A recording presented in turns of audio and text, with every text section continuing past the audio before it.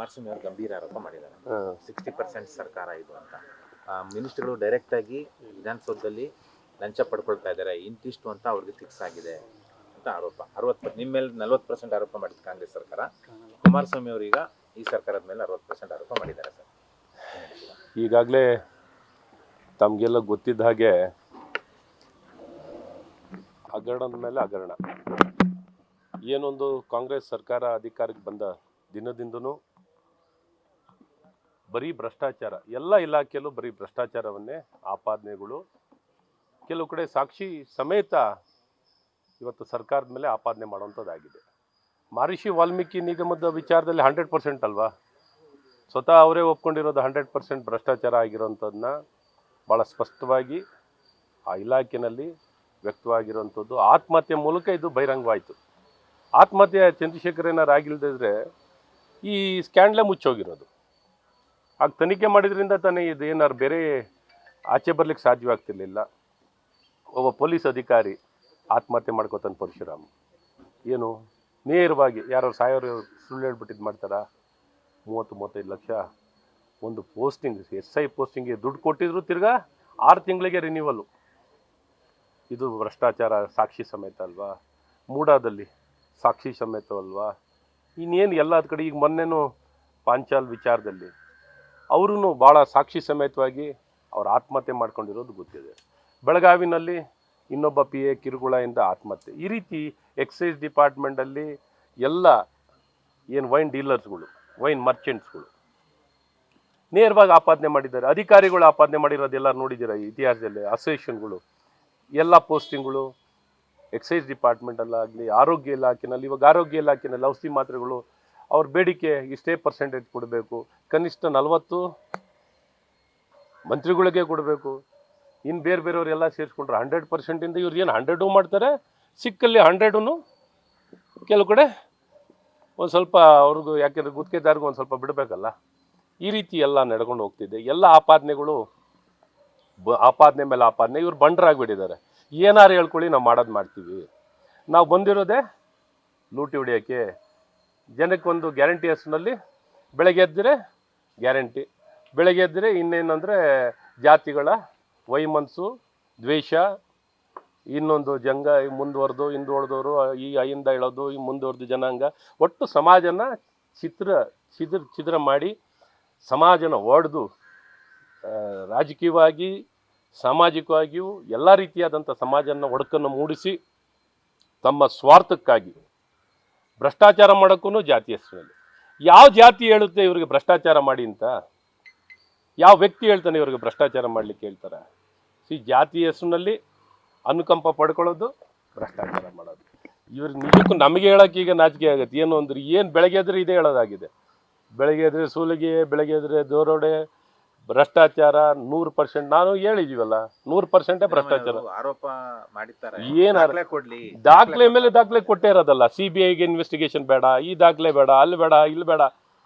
ಯಾವ್ದಾರ ಒಂದು ಮುಕ್ತವಾಗಿ ಒಬ್ಬ ಮಂತ್ರಿ ಮುಂದುವರೆದ ಮಂತ್ರಿ ಆಗಿದ್ರೆ ಯಾವ ರೀತಿ ತನಿಖೆ ಆಗ್ಲಿಕ್ಕೆ ಆಗುತ್ತೆ ಹೇಳಿ?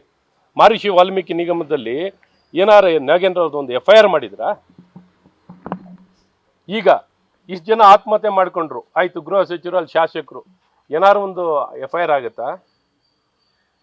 ಎಲ್ಲರೂ ಒಂದು ನ್ಯಾಯ ಸಿಗ್ಲಿಕ್ಕೆ ಸಾಧ್ಯವನ್ನ? ಇವ್ರ ಅಧಿಕಾರದಲ್ಲಿ ಮುಂದುವರೆದು ಎಲ್ಲ ನ್ಯಾಯಕ್ಕೆ ಹೋಗ್ಲಿ, ನ್ಯಾಯಸಮ್ಮತವಾಗಿ SIT okay, court monitored, independent ಆಗಿ ಮಾಡ್ತೀವಿ.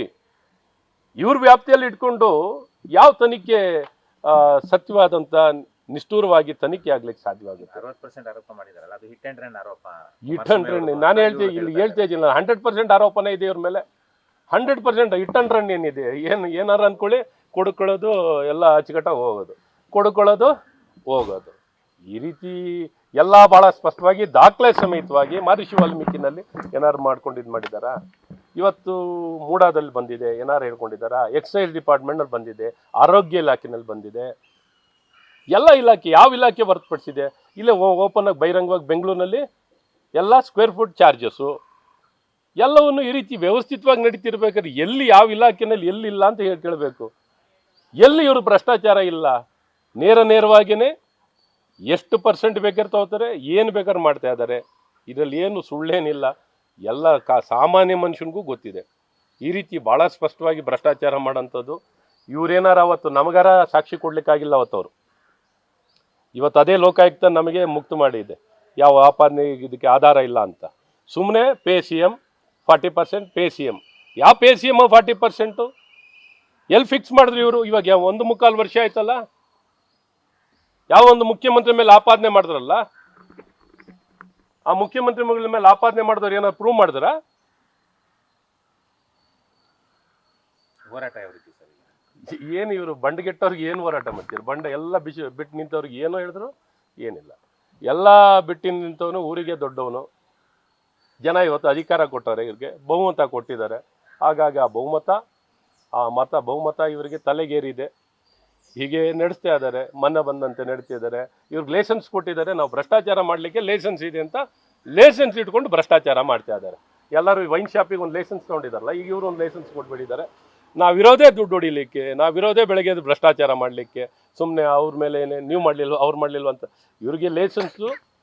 ಈ ರೀತಿ ನಿಜಕ್ಕೂ ನಾಚಿಕೆ ಆಗುತ್ತೆ. ನಮ್ಮ ಕರ್ನಾಟಕನ ನಿರ್ನಾಮ ಮಾಡ್ತಾ ಇದ್ದಾರೆ.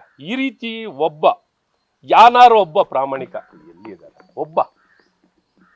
ನಿಜಕ್ಕೂ ತಲೆ ತಗ್ಸುವಂಥದ್ದು. ಕರ್ನಾಟಕ ಅನ್ನೋಂಥದ್ದನ್ನ ಇವತ್ತೇನು ಒಂದು ಇಡೀ ದೇಶದಲ್ಲಿ ಭರವಸೆದಾಯಕವಾಗಿ, ಇಡೀ ವಿಶ್ವ ಮಟ್ಟದಲ್ಲೇ ಒಂದು ಭರವಸೆದಾಯಕವಾಗಿರುವಂಥ ಒಂದು ರಾಜ್ಯನ ಸಾಮಾನ್ಯ ಒಬ್ಬ ಯುವಕನ ಕನಸನ್ನೇ ನಿರ್ನಾಮ ಮಾಡ್ತಿದೆ.